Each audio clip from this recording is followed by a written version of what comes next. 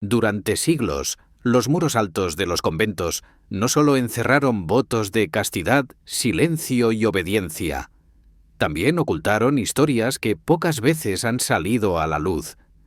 Bajo los techos de piedra donde resonaban los rezos, se gestaban vínculos profundos, miradas prolongadas, caricias contenidas y pasiones prohibidas.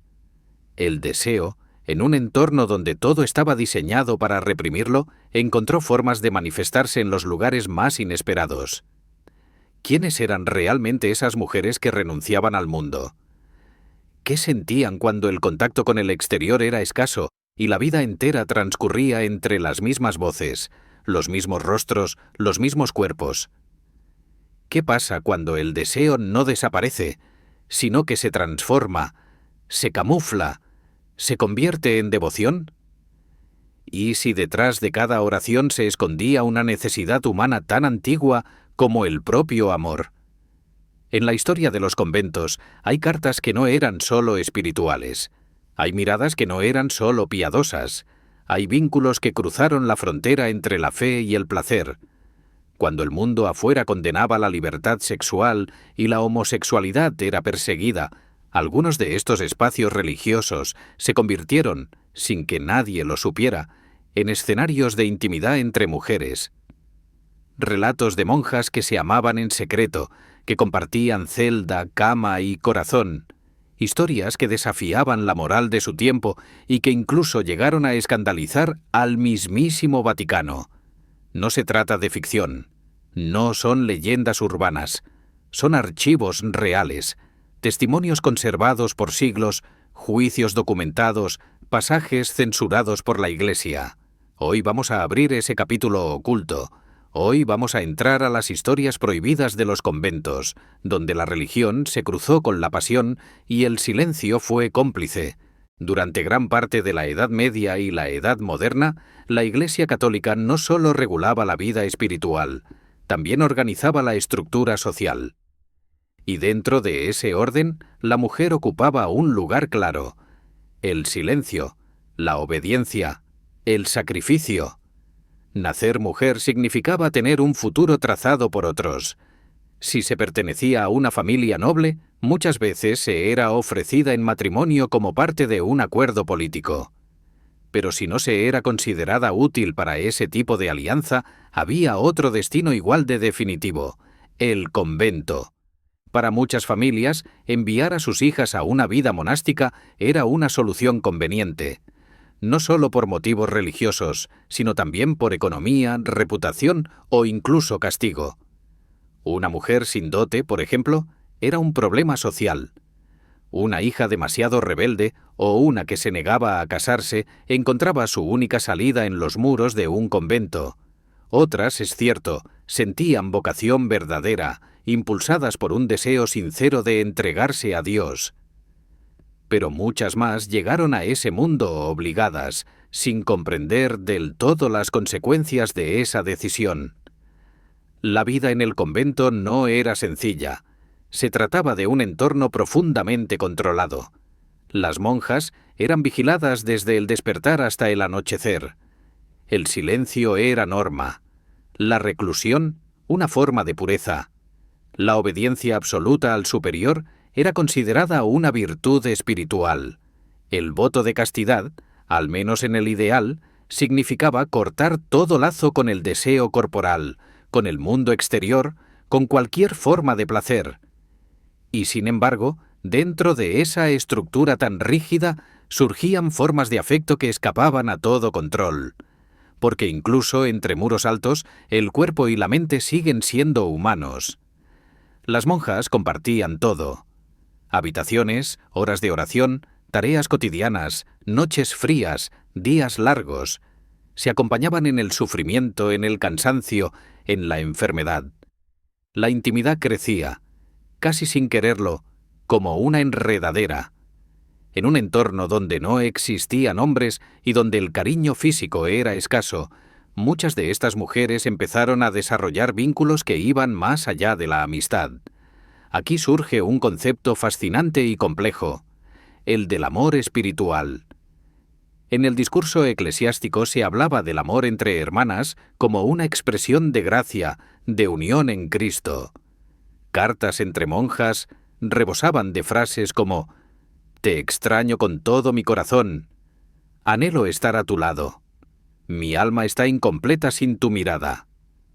Para los teólogos, este tipo de afecto no representaba necesariamente una desviación, sino una elevación del alma hacia lo divino, siempre y cuando no se cruzaran ciertos límites, pero esos límites eran difusos. Y muchas veces, lo que empezó como una devoción espiritual se transformaba en un deseo físico.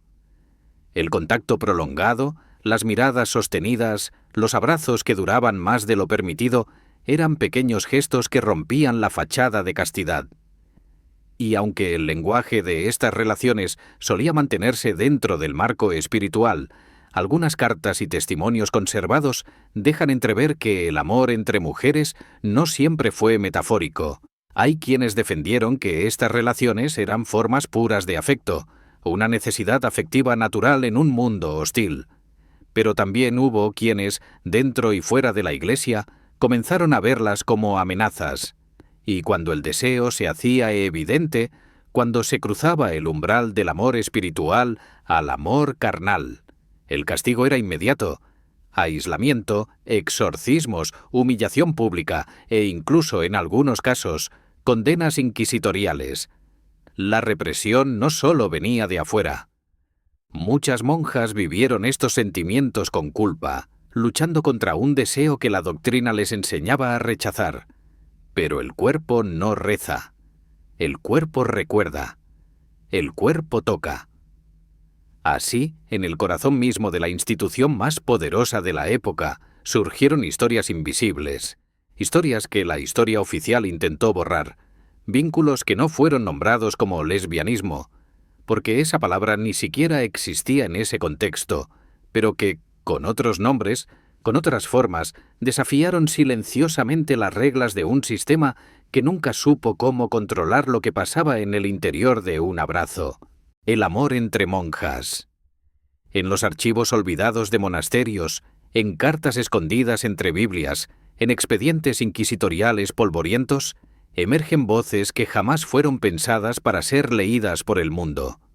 Voces de mujeres encerradas entre muros, pero libres en la forma de amar.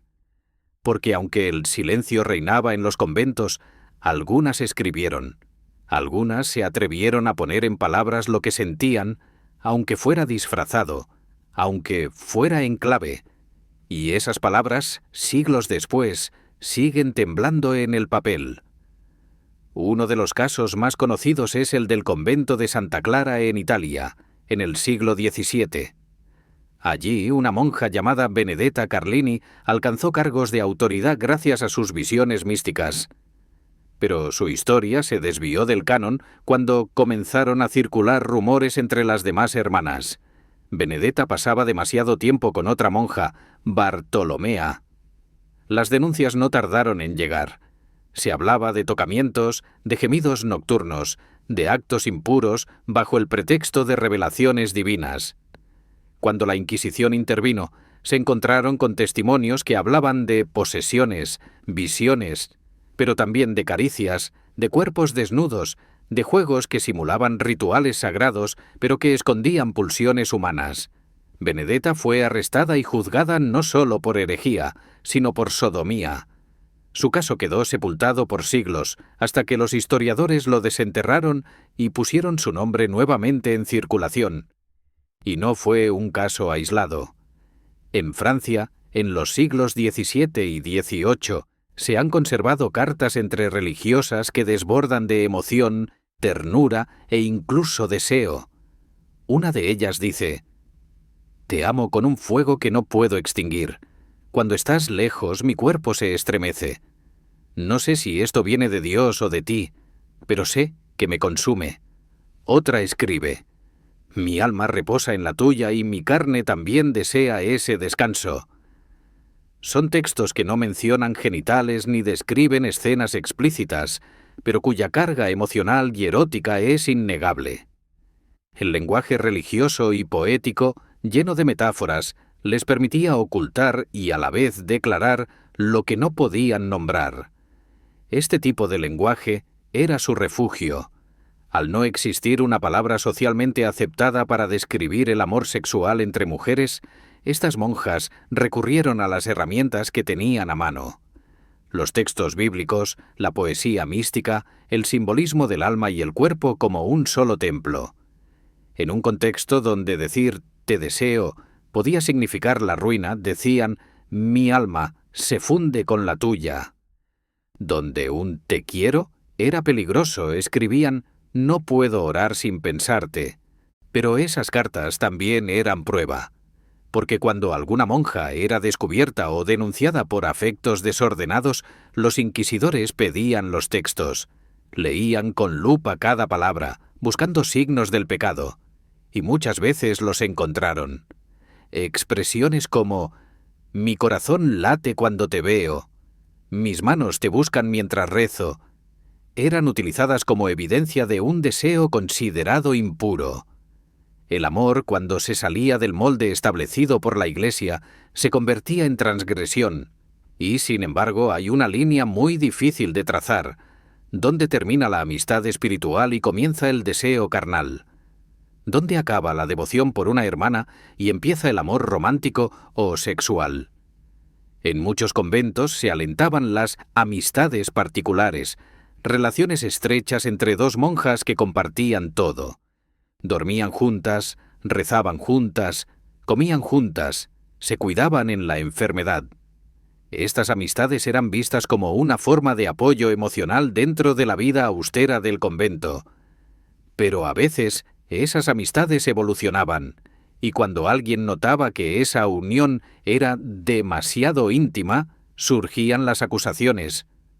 Una abadesa del siglo XVII escribió preocupada: «He observado que Sor María y Sor Isabel se abrazan con frecuencia, se buscan en la noche y tienen una familiaridad que incomoda a las demás hermanas». Otra escribió en un informe: «En la celda de Sor Clara se escucharon risas y luego gemidos. La hermana dormía con su hábito desabrochado». Estos testimonios forman parte de los registros internos de los conventos y son más comunes de lo que se cree. Por otro lado, algunas místicas famosas como Santa Teresa de Ávila o Sor Juana Inés de la Cruz también fueron interpretadas por estudios modernos como mujeres que sentían un profundo deseo emocional, y tal vez físico, por otras mujeres. Santa Teresa, por ejemplo, escribe en una de sus cartas: «Cuando pienso en ti, me arde el pecho. Dios me ha concedido verte, y al mirarte me siento completa». Aunque estos textos son parte de la tradición mística y teológica, hay quienes han sugerido que tras esa pasión religiosa se escondían formas de amor que escapaban a las categorías aceptadas. Es importante entender que estas mujeres no se consideraban lesbianas en el sentido moderno de la palabra. La identidad sexual tal como la concebimos hoy es un constructo relativamente reciente. Para ellas, lo que sentían no tenía nombre, solo sensaciones, miradas, gestos, palabras. Pero eso no les resta fuerza a sus vivencias. Al contrario, les da una intensidad trágica, porque vivieron el amor en el silencio, en el secreto, en la contradicción. Estos casos, estas cartas, estas denuncias, no fueron anecdóticas, fueron parte de una historia no contada. Una historia donde el deseo floreció incluso en los terrenos más áridos, donde las monjas se miraban a los ojos y, sin decirlo, lo decían todo. Casos históricos europeos. En el corazón del Renacimiento italiano, en una pequeña ciudad llamada Pescia, vivió una monja que siglos después sigue estremeciendo los archivos eclesiásticos. Se llamaba Benedetta Carlini. Fue abadesa, profetisa y también, según los documentos de su juicio, amante. Su historia parece salida de una novela gótica, pero todo está documentado: visiones, estigmas, éxtasis, denuncias, castigos. Y en medio de todo eso, una figura recurrente: Sor Bartolomea. Benedetta aseguraba tener comunicaciones directas con Cristo, Decía recibir estigmas en el pecho y relataba visiones tan intensas que a veces terminaba desmayada. Fue tan convincente que las autoridades del convento la ascendieron. Se convirtió en la superiora. Pero con el tiempo, los testimonios de otras hermanas empezaron a dibujar otra historia. Una donde cada vez que Benedetta tenía una visión, pedía que Bartolomea la acompañara a su celda. Allí, los gemidos y ruidos hacían sospechar que lo divino se mezclaba con lo terrenal. Cuando los inquisidores intervinieron, se sorprendieron por el nivel de detalle en los testimonios. Se hablaba de caricias, de penetraciones simuladas, de juegos en los que Benedetta, poseída supuestamente por un ángel llamado Splenditelo, asumía un rol masculino y tomaba el cuerpo de Bartolomea. Durante los interrogatorios, Bartolomea confesó lo que había ocurrido durante años: encuentros secretos, desnudez, placer, culpa. Y todo bajo la protección de una supuesta misión espiritual. Benedetta fue destituida, encerrada por el resto de su vida y silenciada por siglos. Su historia solo fue rescatada a finales del siglo XX, cuando el investigador Judith C. Brown publicó el libro Immodest Acts: The Life of a Lesbian Nun in Renaissance Italy. No es una novela. Es historia pura, cruda, incómoda y profundamente humana. Pero Italia no fue la única que dejó rastros. En España, durante los siglos XVI y XVII, la Inquisición también documentó relaciones entre monjas. En los conventos de Castilla y Aragón, varias mujeres fueron acusadas de sodomía femenina, una categoría ambigua que, a falta de una comprensión anatómica precisa, se basaba en testigos, cartas y confesiones obtenidas bajo presión. Una carta hallada en un convento de Burgos decía: «Te busco en el silencio de la noche, cuando el mundo duerme y solo queda el susurro de nuestros cuerpos. El Señor sabrá perdonar lo que nace del amor, aunque no tenga nombre». Este tipo de texto era peligroso. Si era interceptado, podía ser usado como evidencia. Muchas veces eran destruidos por las propias autoras cuando sospechaban que podían ser descubiertas. El Archivo Histórico Nacional conserva documentos de procesos inquisitoriales donde se detallan contactos inadecuados entre religiosas. En uno de esos casos, una monja fue descubierta acariciando los senos de otra mientras ambas rezaban en su celda. En otro, se habla de un apego desmedido que incluía dormir abrazadas desnudas por las noches. Las denunciantes eran muchas veces otras monjas, no por malicia necesariamente, sino porque sentían que debían proteger la pureza del convento.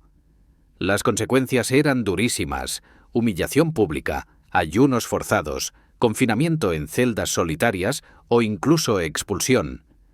En Francia, el fenómeno de las amistades particulares fue tan frecuente que llegó a mencionarse en reglamentos internos. Se trataba de vínculos afectivos intensos entre dos monjas. Compartían todo: oraciones, comida, secretos, camas. Los superiores solían mirar con recelo este tipo de uniones, porque sabían que algunas trascendían lo emocional. En el convento de Port-Royal, en París, se ordenó que todas las hermanas cambiaran de compañera de celda cada 3 meses, para evitar que se formaran afiliaciones desordenadas. En el siglo XVIII, en Alemania, varios informes de conventos benedictinos alertaban sobre la existencia de relaciones entre monjas jóvenes, especialmente durante las novatadas. Se hablaba de caricias durante los rezos nocturnos, de juegos corporales que comenzaban como bromas y terminaban en exploraciones íntimas. El problema no era solo moral, era institucional. Una relación demasiado intensa entre dos hermanas podía romper la obediencia, el orden jerárquico, el equilibrio del convento. En todos estos contextos, la falta de privacidad era una forma de control. Muchas celdas no tenían puertas o estaban diseñadas para ser compartidas. Los rezos eran colectivos, los baños también. Pero a pesar de eso, el deseo encontraba sus grietas. Bastaba una vela encendida en la noche, una mano que se extendía bajo las mantas, una promesa susurrada al oído. La represión era constante, pero nunca total. Y en todos los casos, el patrón se repite: una mezcla de espiritualidad, afecto profundo y pulsión erótica. Las monjas no tenían otra vida que esa. La intensidad emocional que vivían en el encierro las llevaba a crear lazos tan fuertes que cruzaban las fronteras del dogma. Algunas creían realmente que su amor era bendecido por Dios. Otras vivían su deseo con culpa, miedo y silencio. Lo cierto es que, mientras los archivos sigan abiertos y los historiadores sigan escarbando, seguirán apareciendo estos relatos. Porque los conventos no solo fueron espacios de reclusión, también fueron escenarios de amor prohibido, de exploración, de deseo, de libertad secreta. Los conventos en América Latina. América Latina heredó de España no solo su idioma, su religión y sus estructuras políticas, sino también su forma de concebir el cuerpo, el pecado y el deseo. En pleno periodo virreinal, los conventos no eran simplemente espacios religiosos, eran instituciones con funciones múltiples: educación, encierro, redención, castigo y, para muchas mujeres, una especie de limbo donde el mundo exterior quedaba cancelado para siempre. En la Ciudad de México colonial, por ejemplo, los conventos estaban en el corazón de la urbe. Eran enormes, con altos muros de piedra y reglas estrictas. Las mujeres que entraban en ellos lo hacían por distintas razones. Algunas por vocación espiritual, otras porque sus familias no podían pagar una dote para casarlas, y muchas porque era preferible tener una hija monja a una hija sin marido. En otros casos, las familias decidían esconder allí a mujeres consideradas rebeldes o deshonrosas. La entrada era casi siempre definitiva. Salir era una deshonra. Y para muchas la única compañía real en ese encierro eran las otras monjas. El caso del convento de San Jerónimo en México es uno de los más emblemáticos. Allí vivió Sor Juana Inés de la Cruz, la gran figura intelectual del virreinato. Aunque no existen pruebas directas de que Sor Juana haya tenido relaciones con mujeres, su correspondencia con la virreina María Luisa Manrique de Lara está impregnada de una intensidad emocional y poética que ha despertado sospechas y debates durante siglos. Escribía frases como: «Yo no te puedo querer como a una reina, sino como a lo que tú eres en mí, mi amor eterno». Cartas como esas han llevado a algunos investigadores a considerar que Sor Juana vivió una forma de amor lésbico reprimido, sublimado en poesía y en metáforas teológicas. En Perú, la situación no era muy diferente.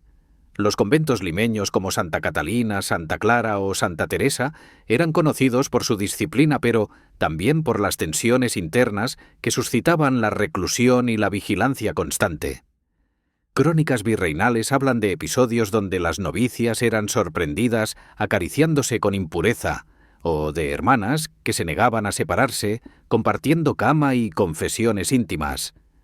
En un documento de 1671 se registra una denuncia en el convento de Santa Ana, donde una monja acusaba a otra de tocamientos carnales en la oscuridad de la madrugada.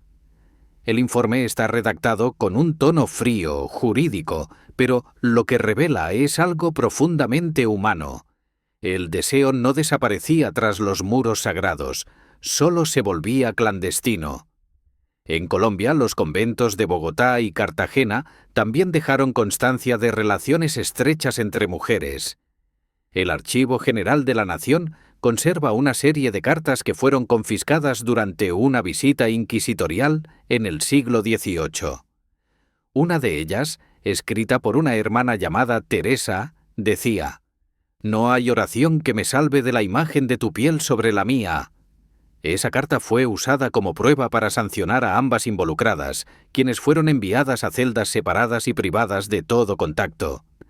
Estos conventos funcionaban como microcosmos cerrados, ecosistemas donde la jerarquía eclesiástica regulaba cada gesto: qué se comía, cuánto se hablaba, cómo se caminaba. El contacto físico estaba restringido a lo necesario. Sin embargo, Esa misma represión provocaba que el más mínimo roce tuviera un peso emocional enorme.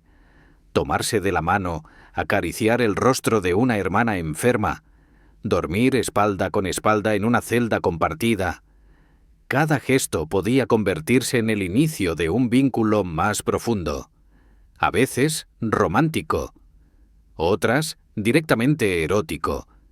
Los manuales de confesores advertían a los curas que escuchaban a monjas que estuvieran atentos a los apegos desordenados entre hermanas.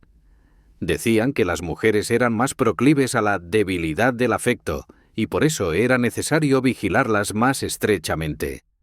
Algunas congregaciones llegaban a imponer reglas absurdas: cambiar de compañera de celda cada semana, prohibir que dos hermanas caminaran juntas más de 3 veces seguidas, o evitar que compartieran cartas sin revisión previa de la Madre Superiora.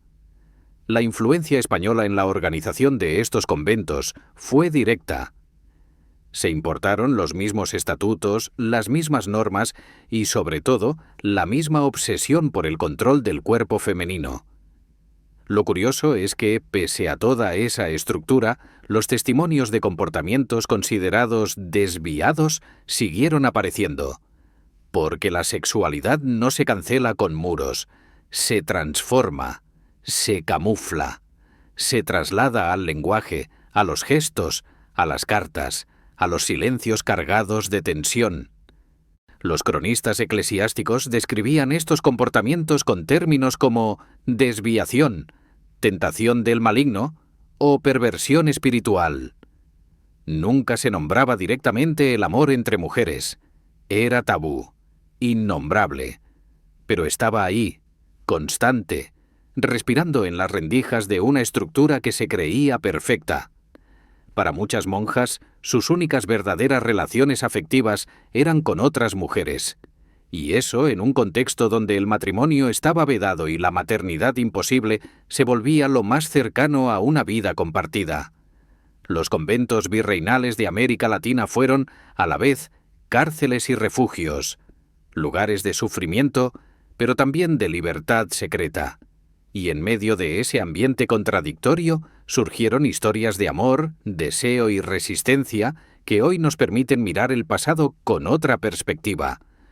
Una en la que la espiritualidad y la sexualidad no siempre estuvieron tan separadas como se nos quiso hacer creer. Documentos y testimonios latinoamericanos. Aunque la historia oficial ha intentado silenciarlo, existen documentos que sobreviven como susurros de lo prohibido. Fragmentos de cartas, denuncias e informes inquisitoriales revelan que, en los conventos de la América colonial, el deseo entre mujeres no solo existía, sino que preocupaba profundamente a las autoridades eclesiásticas. Su estrategia fue siempre la misma: ocultar, reprimir y castigar, pero jamás registrar con claridad. Por eso, los pocos textos que llegaron hasta hoy son especialmente valiosos. Uno de los casos más debatidos es el de Sor Juana Inés de la Cruz, monja jerónima en la Ciudad de México. Aunque nunca fue acusada formalmente de ninguna conducta impura, la relación que mantuvo con la virreina María Luisa Manrique de Lara ha despertado sospechas durante siglos. Las cartas que le escribió, así como los poemas dedicados a ella, están cargados de un afecto que va mucho más allá de la cortesía. Sor Juana llegó a escribir: «Este amor que no se explica ni se excusa, solo existe porque respira en vos». En otro poema le dice a la virreina: «Si me quieres, quiéreme entera, no por zonas de luz o sombra». Para algunos estudiosos, ese tipo de lenguaje puede considerarse parte de una tradición poética, pero para otros es prueba de un amor reprimido, oculto tras la estructura religiosa. Y aunque no existen pruebas de un vínculo sexual, el tono íntimo, la devoción y la intensidad emocional de sus palabras abren una posibilidad imposible de ignorar. No fue la única. En los conventos novohispanos, los visitantes eclesiásticos, delegados enviados por la Inquisición o el arzobispado para inspeccionar los monasterios, dejaron registros de escándalos silenciados. Crónicas del siglo XVIII narran con frialdad episodios que escapan a lo espiritual. En el Archivo General de la Nación de México, por ejemplo, hay un documento de 1748 que relata el caso de una novicia sorprendida en actitud íntima con otra hermana. La Madre Superiora decidió no reportar el hecho a la Inquisición, sino que lo resolvió internamente. Separó a las dos mujeres, cambió sus horarios y prohibió que volvieran a hablarse. El informe concluye con una frase inquietante: «El mal ha sido contenido, pero no erradicado». En Perú existen declaraciones escritas por confesores que registran actos considerados pecaminosos entre monjas. En un testimonio de 1693 en el convento de Santa Clara, una hermana denuncia a otra por acariciarla durante el rezo nocturno. La acusada, llamada Sor Dominga, admitió haber sentido una tentación del demonio y pidió ser castigada con ayuno y encierro. Lo más llamativo de ese documento no es la descripción de lo ocurrido, sino el tratamiento que recibe. Se la obliga a hacer penitencia, pero no se la expulsa ni se comunica a la Inquisición. El pecado debía desaparecer, pero sin ruido. El escándalo era peor que el acto. Colombia también guarda testimonios similares. En 1772, en el convento de Santa Inés de Bogotá, una visita canónica recoge las palabras de una hermana que confiesa haber sentido una conexión especial con otra monja, al punto de no poder concentrarse en la oración. La visitante, una mujer de mayor rango, recomienda cortar la raíz de esa amistad antes de que brote más fuerte que la fe. Estas formas de amistades peligrosas eran conocidas dentro del clero como apegos particulares y se consideraban síntomas de una desviación emocional que podía terminar en lo carnal. Estos documentos muestran una constante. Las relaciones afectivas entre mujeres eran frecuentes, pero jamás nombradas como tales. Las palabras amor, deseo o lesbianismo no aparecen en los textos. En su lugar, se habla de tentaciones, apegos desordenados, confusión espiritual o conductas impropias entre hermanas. Esa estrategia de camuflaje revela mucho más de lo que intenta ocultar. Las cartas personales, cuando lograban escapar del filtro de la censura, permiten vislumbrar una intimidad cargada de emoción. Una carta de 1731, hallada en el convento de Santa Rosa, en Arequipa, dice: «Te extraño en la celda y en la oración. No he hallado en nadie el sosiego que hallo en tu mirada. Que Dios me perdone si eso es impuro». Esa frase encierra toda la tensión de la época. El deseo entre mujeres no era nombrado, pero era vivido. No se permitía, pero existía. Y aunque la fe obligaba a negarlo, muchas monjas decidieron guardar ese afecto en lo más profundo de sus almas, como un secreto compartido solo con quien lo merecía. Esos fragmentos, hoy dispersos en archivos eclesiásticos y bibliotecas históricas, constituyen pequeñas ventanas hacia una verdad negada: que el amor entre mujeres no nació con el siglo XX, ni con la revolución sexual, ni con la modernidad. Estuvo siempre ahí, incluso en los lugares donde menos se le permitía florecer. Psicología y sexualidad en reclusión. La vida monástica, por su propia naturaleza, imponía un aislamiento profundo, tanto físico como emocional, que no solo restringía la libertad de las monjas, sino también sus deseos y su desarrollo afectivo. Sin acceso a relaciones sociales fuera del convento, sin contacto con el mundo exterior y, en muchos casos, sin contacto con el cuerpo en un sentido más personal o erótico, las mujeres encerradas en estos espacios tenían que enfrentar un desafío psicológico de magnitud. ¿Qué ocurre cuando los humanos son privados no solo de su libertad, sino también de una de las dimensiones más básicas de la naturaleza humana? ¿El deseo? Es en este contexto de represión donde la psicología y la sexualidad entran en juego. El convento se convertía, en muchos casos, en un espacio de contención de emociones y necesidades humanas, muchas de las cuales no podían ser expresadas ni satisfechas de acuerdo con las normas que regían la vida religiosa. La represión emocional y sexual en el convento. Uno de los aspectos más evidentes de la vida conventual era la represión de los deseos sexuales. Las monjas hacían votos de castidad, lo que significaba no solo abstenerse de las relaciones sexuales, sino también reprimir los sentimientos y deseos naturales que cualquier ser humano experimentaría en su vida cotidiana. Sin embargo, la naturaleza humana no puede ser fácilmente suprimida, y en un entorno donde la tensión sexual estaba a la orden del día, las emociones reprimidas no desaparecían, sino que buscaban otros caminos para manifestarse.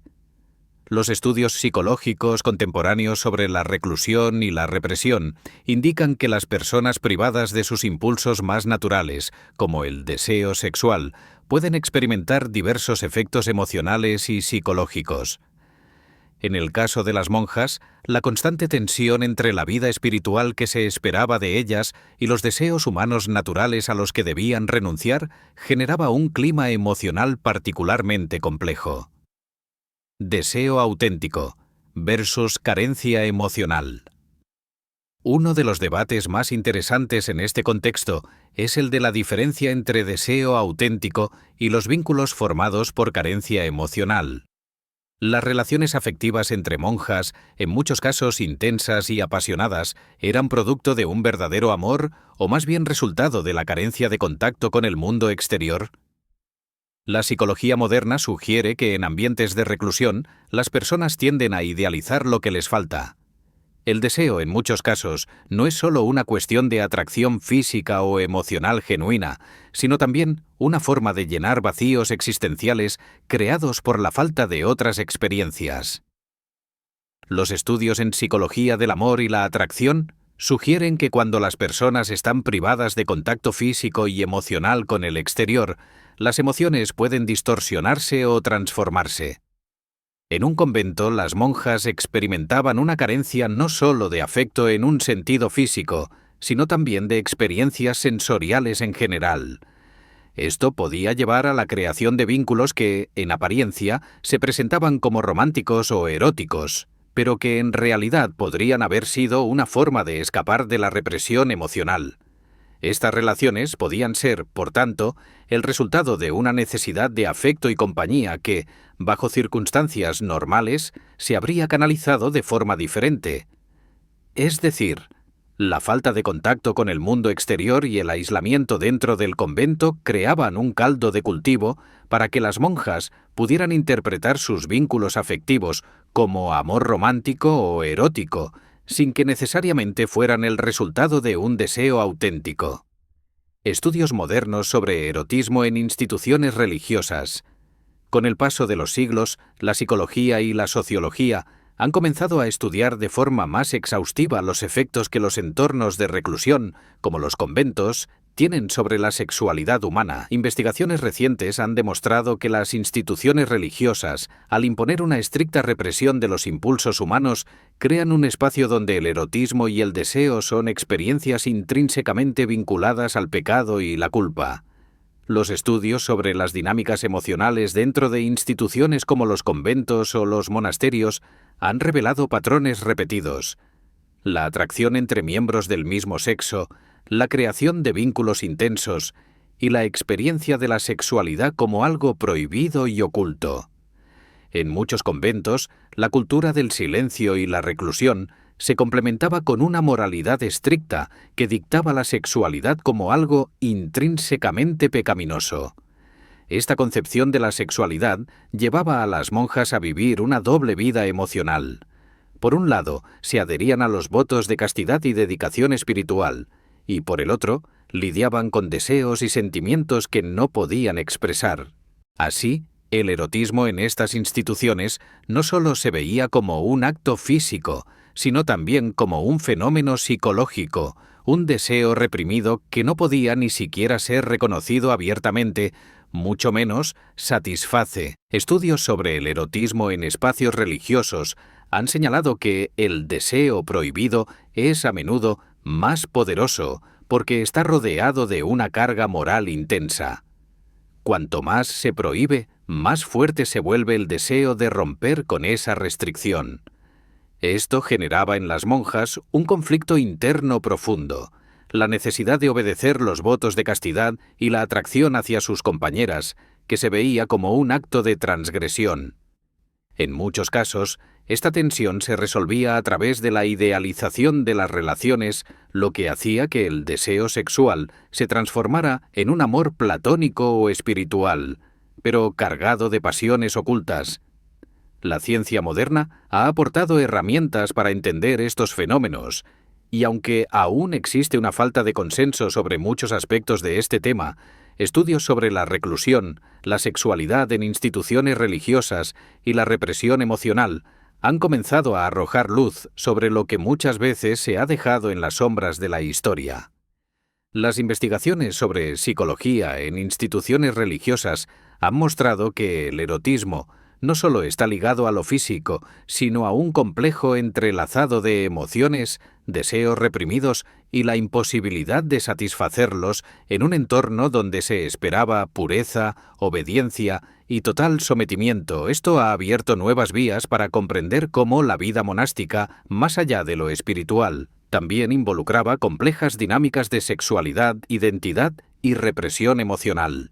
En el silencio de los claustros, donde las voces se susurraban entre rezos y penitencias, también se escuchaban los latidos de corazones confundidos, reprimidos, pero profundamente humanos. El amor entre monjas no es solo una anécdota curiosa de los archivos eclesiásticos ni un fetiche recurrente del cine. Es, ante todo, una grieta en la narrativa oficial, un eco que nos recuerda que, incluso en los espacios más rígidos, la emoción y el deseo encuentran caminos inesperados. ¿Fueron pecadoras? ¿Herejes? ¿Víctimas del encierro o protagonistas de una forma de libertad íntima? Las historias que hemos recorrido no buscan escandalizar, buscan humanizar. Detrás de cada carta escondida, de cada mirada cargada de tensión en el refectorio, había mujeres que sentían, que dudaban, que se rebelaban, a veces sin palabras, contra un sistema que les exigía negar lo que eran. Y mientras la historia oficial insistía en la castidad y el sacrificio, la historia secreta, esa que se cuela por debajo de los hábitos y entre los muros gruesos del convento, nos habla de vínculos reales, de resistencias invisibles, de afectos profundos, porque no hay celda que encierre por completo al deseo, ni voto que borre la necesidad de ser amada. Hoy, siglos después, seguimos explorando esas fisuras, no para juzgar, sino para comprender, para mirar al pasado con ojos más amplios y preguntarnos ¿cuántas historias como estas siguen silenciadas por estructuras que aún no sabemos desmontar? El convento fue para muchas mujeres cárcel, refugio y paradoja, pero también fue escenario de lo impensado.